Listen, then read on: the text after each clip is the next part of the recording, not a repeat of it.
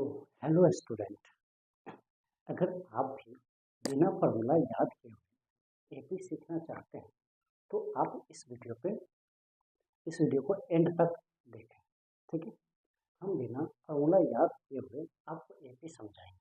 Okay, suppose that मान लीजिए कि आप रोज क्या करते हैं, एवरी डे आप 10 रुपीज सेव करते हैं। ठीक है, अगर आप रोज 10 रुपीज सेव करेंगे तो फर्स्ट डे आप कितना रुपये आपके पास कितना हो जाएगा, 10 रुपये। सेकेंड डे कितना हो जाएगा, तो 20 रुपीज। ठीक है, और थर्ड डे कितना हो जाएगा, तो 30। इसी तरीके से फोर्थ डे 40, और ये चलता है। ठीक है, चलता जाएगा। देखिए यहाँ पे आप कुछ नोटिस कर रहे हैं कि एक पैटर्न फॉलो हो रहा है। फर्स्ट डे आप 10 रुपीज सेव किए थे और सेकेंड डे कितना हो गया, 20 हो गया। तो ये दोनों में डिफरेंस कितना का हो गया, 10 का। ठीक है, और सेकेंड डे और थर्ड डे जो हो गया 30 रुपीज और सेकेंड डे में 20 था, तो इस दोनों में डिफरेंस कितना हो गया, 10 का। उसी तरीके से इस दोनों में डिफरेंस क्या हो गया, 10 का। ठीक है, और एपी उसको कहते हैं कि कोई भी सीक्वेंस या तो सेम नंबर से इंक्रीज कर रहा हूँ, सेम नंबर से क्या कर रहा हूँ, इंक्रीज कर रहा हूँ, या सेम नंबर से डिक्रीज कर रहा हूँ, उसको क्या बोलते हैं, एपी। ठीक है, तो आपको 4 डेज में कितना रुपीज हो जाएगा, 40 रुपीज। फर्स्ट डे में 10 था, सेकेंड डे में 20, थर्ड डे में 30 एंड फोर्थ डे में 40 हो गया। तो इंक्रीज कितना कर रहा है, 10 का इंक्रीज कर रहा है। तो एक ये सीक्वेंस है जिसमें 10 रुपीज क्या हो रहा है, इंक्रीज हो रहा है। तो हम इस सीक्वेंस को क्या बोल सकते हैं, this sequence is in AP. Okay, दूसरा समझिए। ठीक है, कि सपोज दैट आपके पास प्रेजेंट में कितना है, 100 रुपीज, और आप क्या किए कि पर डे अब 10 रुपीज इसमें से खर्च करना स्टार्ट किए। तो सेकेंड डे कितना हो जाएगा, इसके सेकेंड डे तो 10 रुपीज खर्च कर लेंगे तो 90। ठीक है, अब 90 बचा, उसके बाद फिर 10 रुपीज खर्च करेंगे तो कितना हो जाएगा, 80। ठीक है, उसके बाद फिर 10 रुपीज खर्च करेंगे तो कितना हो जाएगा, 70। ठीक है, मान लेते हैं। अब देखिए जो हमारा first day at present day में कितना रुपीज था, 100, और उसके नेक्स्ट डे हम जब 10 रुपीज क्या कर दिए, खर्च कर दिए, दोस्तों को चाय नाश्ता करा दिए, तो हमारे पास कितना रुपीज बच गया, 10। तो यहाँ क्या हो रहा है, डिक्रीज हो रहा है। यहाँ पे फिर 10 था, फिर बोला भाई पार्टी दे दो, तो फिर मैंने 10 रुपीज का पार्टी दे दिया। फिर यहाँ पे फिर 10 रुपीज का मैंने समोसा खिला दिया। तो देखिए कि 10 रुपीज, 100 से 10 रुपीज का पार्टी दिया तो कितना बचा, 90। उसके बाद फिर 10 रुपीज का समोसा खिला दिया तो कितना हो गया, 80। फिर 10 रुपीज का मान लिया आइसक्रीम खिला दिया तो कितना हो गया, 70।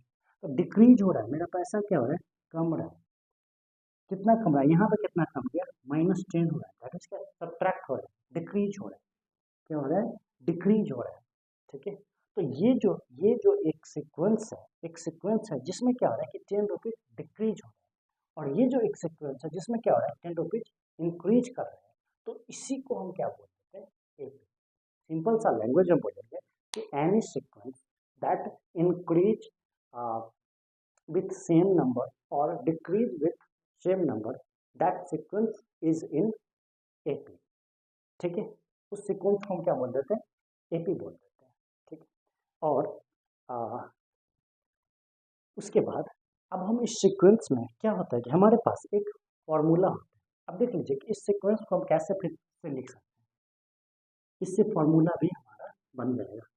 कैसे बन जाएगा, आपको फॉर्मूला याद नहीं करना है, हम यहाँ पे फॉर्मूला क्या करेंगे, बनाएंगे। ठीक है, हम यहाँ पे फॉर्मूला बनाएंगे। देख लीजिए कि फर्स्ट में जो टर्म रहता है उसको क्या बोलते हैं, फर्स्ट टर्म। दैट मीन्स क्या बोलते हैं, फर्स्ट टर्म। दैट मीन्स क्या, ए। ठीक है, और इस सबके बीच का जो डिफरेंस था, जो नंबर से इंक्रीज कर रहा था, जो नंबर से डिक्रीज कर रहा था, that is D. That is क्या, डी, डिफरेंस। डिफरेंस, ठीक है, जिसको हम डिनोट करते हैं डी से। और ये डिफरेंस क्या होता है, कॉमन होता है, इसलिए हम इसको सी डी भी बोल देते हैं। ठीक है, क्या बोल देते हैं, सी डी, कॉमन डिफरेंस बोल देते हैं। ठीक है, अब चलिए ये देखिए कि ये जो हमारा ए है, ए में क्या हो रहा है, सेकेंड टर्म में ए जो है, ए जो है वो सेकेंड टर्म में कितना इंक्रीज हो रहा है, तो हमारा 10। यहाँ पर भी कितना इंक्रीज हो रहा है, 10। दैट मीन्स क्या कि जो हमारा फर्स्ट टर्म है, दैट मीन्स ए है, उसमें हम क्या कर दें, क्या कि इसी फर्स्ट टर्म में जो हमारा डी था, कॉमन डिफरेंस था, जो कि 10 का है, 10 का इंक्रीमेंट हो रहा है, यहाँ पे इंक्रीज हो रहा है, यहाँ पे भी क्या होगा, 10 का इंक्रीज हो रहा है, यहाँ पे भी क्या हो रहा है, 10 का इंक्रीज हो रहा है। अगर हम उस 10 को, दैट मीन्स क्या कि डी, दैट मीन्स क्या, डी को ऐड कर दें तो हमारा क्या मिल रहा है, सेकेंड टर्म मिल रहा है। अगर हम ए में इस कॉमन डिफरेंस को, इस डिफरेंस को ऐड करें तो हमारा सेकेंड टर्म, ठीक है, और इसी ए में अगर हम इस डिफरेंस को 2 टाइम्स ऐड कर दें, 2 टाइम्स 10 10 2 टाइम्स ऐड कर दें तो ये वाला टर्म मिल जाएगा थर्ड टर्म। अगर ए में 2 टाइम्स डी ऐड कर दें तो हमारा क्या मिलेगा, थर्ड टर्म। नहीं, ये 10 हो गया, यहाँ पे एक 10 हो गया प्लस 2, डिफरेंस कितना आता है, 10 का, तो 10 प्लस 20 दैट मीन्स क्या, 30। ठीक है, ये थर्ड टर्म मिल गया हमारा। फिर क्या है कि उसी ए में जब हम 3 टाइम्स डी ऐड कर देंगे, 10 10 10, तो ये हमारा हो जाएगा 40। उसी ए में हम 3 टाइम्स डी ऐड कर देंगे तो वो हो जाएगा हमारा 40। तो हम कह सकते हैं कि कोई भी जो एपी होगा वो क्या चीज में होगा, तो किस सीक्वेंस में होगा, a plus d second term, third term हो गया ए प्लस 2d, फोर्थ टर्म हो गया ए प्लस 3d, इस सीक्वेंस में होगा।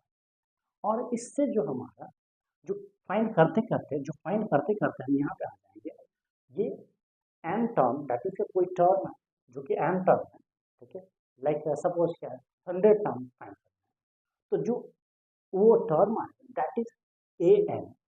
तो ए एन जो होगा, ये फाइंड करते करते कोई टर्म जो फाइंड करेंगे ना, दैट मीन्स क्या कि 100 टर्म है या 50 टर्म है, तो वो जो 50 टर्म है वो क्या है हमारा, ए एन। जो 50 टर्म कौन सा टर्म होगा, कौन सा नंबर्स होगा, वो क्या हो गया हमारा a n, that is last term. तो यहाँ पे हम लिख सकते हैं, लिख देते हैं कि जो हमारा क्या है लास्ट टर्म जो हो गया वो क्या हो गया हमारा ए एन हो गया। ठीक है, तो जो हमारा ए एन होगा वो क्या होगा, ए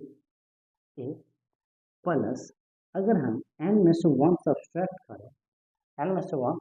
करें और क्या डी से मल्टीप्लाई करें तो हमारा ये टर्म आ। चलिए हम लोग देख लेते हैं। ठीक है, ये जो है हमारा फर्स्ट टर्म, ये कौन सा पोजीशन है उसका, फर्स्ट है, 1 है।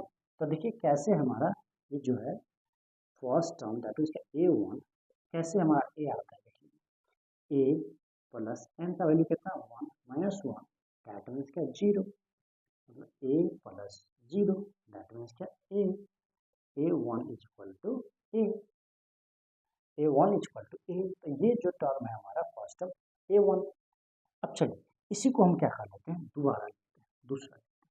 जैसे कि हमको फाइंड करना है फोर्थ टर्म फाइंड करना है, तो चलिए इसी में करते हैं। तो A4 दैट मीन्स क्या ए प्लस 4 माइनस 1 इंटू डी, तो क्या आ गया ए प्लस 4 माइनस 1 दैट मीन्स क्या 3 इंटू डी। तो जो फोर्थ टर्म है वो क्या है हमारा ए प्लस 3d। बात समझे क्या, समझ गए, आई होप आप समझ गए। ठीक है, तो ये हमारा क्या हो गया कि एपी का फॉर्मूला हो गया क्या, ए एन दैट मीन्स क्या, nth term a n is equal to a plus n minus 1। Repeat after me. ठीक है, फिर से बोले a n is equal to a plus n minus 1 into d. A n जो है हमारा last term है, जो भी लास्ट टर्म जैसे 25 टर्म है एक एपी में, तो वो लास्ट टर्म जो 25 है वो ए है। ए जो है हमारा वो फर्स्ट टर्म है। एन जो है उस एपी में दैट सीक्वेंस, उस सीक्वेंस में कितना टर्म है that is an minus 1 and D जो हो गया हमारा कॉमन डिफरेंस, जो इस सीक्वेंस के बीच का जो डिफरेंस है दैट इज कॉमन, उसी को क्या बोलते हैं डी। ठीक है, और ये कॉमन डिफरेंस क्या होगा, फिक्स्ड होगा, कांस्टेंट होगा। ठीक है, इतना बात आपको याद रखना। ठीक है, अगर आपको वीडियो अच्छा लग रहा है, आप बात को समझ रहे हैं, तो हमारे वीडियो को लाइक करें एंड हमारे चैनल को सब्सक्राइब करें। ठीक है, चलिए, तब इस फॉर्मूला के बेसिस पे हम एक आपको क्वेश्चंस करके दिखाते हैं। ठीक है, अब क्या करना है कि इस फॉर्मूला के बेसिस पे भी एक क्वेश्चंस करना है आप, और आपको क्या करना है, फाइंड करना है क्या चाहिए कि क्या ए क्या होता है, डी क्या है, वो फाइंड करना है। जैसे कुछ एक क्वेश्चन है 1 3 5 7 एंड 9 सो। ठीक है, इसमें आपको फाइंड करना है, find first term and common difference. ठीक है, और ये भी बताना है कि that it is in AP, और एपी में है या नहीं, अब वो भी बताना है। तो पहले हम चेक कर लेते हैं कि ये एपी में है या नहीं। एपी में होने के लिए टर्म्स के बीच का जो डिफरेंस हो दैट मीन्स कि वो फिक्स हो, वो फिक्स होना चाहिए। ठीक है, तो चलिए हम देखते हैं। तो हम टर्म्स के बीच का डिफरेंस कैसे निकालेंगे, तो ये बात हम अपने प्रीवियस वीडियो में बता चुके हैं। अगर आप वो नहीं देखें तो जाके वो देख लीजिएगा कि जो सेकेंड टर्म है उसमें से प्रीसीडिंग टर्म जब सब्सट्रैक्ट करते हैं तो वो जो डिफरेंस आता है दैट इज डी। ठीक है, या तो सी डी बोलते हैं उसको। तो हम पहले करते हैं कि सब्ट्रैक्ट कर लेते हैं, चेक कर लेते हैं। इफ हमारा सेकेंड टर्म 3 है माइनस 1 क्या 2। अब एक से तो पता चलेगा नहीं, तो हमको और भी चेक करना होगा। ठीक है, 7 माइनस 5 दैट मीन्स क्या 2।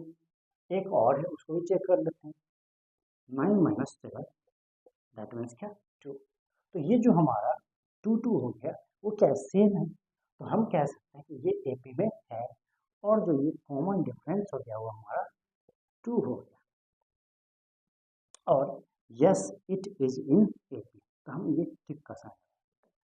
ठीक है, अब हमको क्या करना है, फाइंड करना है क्या चीज कि फर्स्ट टर्म।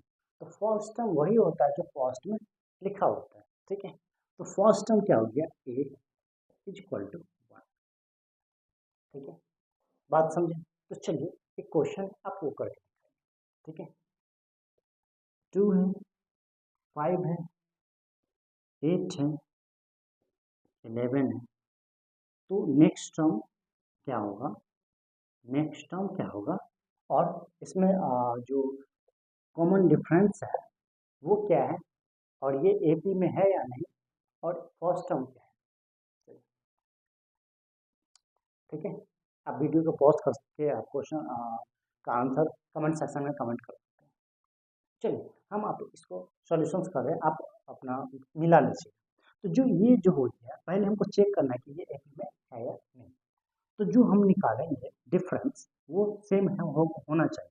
ठीक है, तो सेकेंड टर्म 5 और first term 2 is equal to 3। ठीक है, सेकेंड टर्म से प्रीसीडिंग टर्म सब्सट्रैक्ट करेंगे, फिर क्या 8 माइनस 5 इज इक्वल टू कितना 3। ठीक है, फिर क्या है 11 माइनस 8 दैट मीन्स क्या 3। तो ये जो डिफरेंस है वो क्या है, कॉमन है, तो यहाँ पे हम लिख सकते हैं C D is equal to 3। तो ये एपी में है, ये एपी में क्या हो गया है।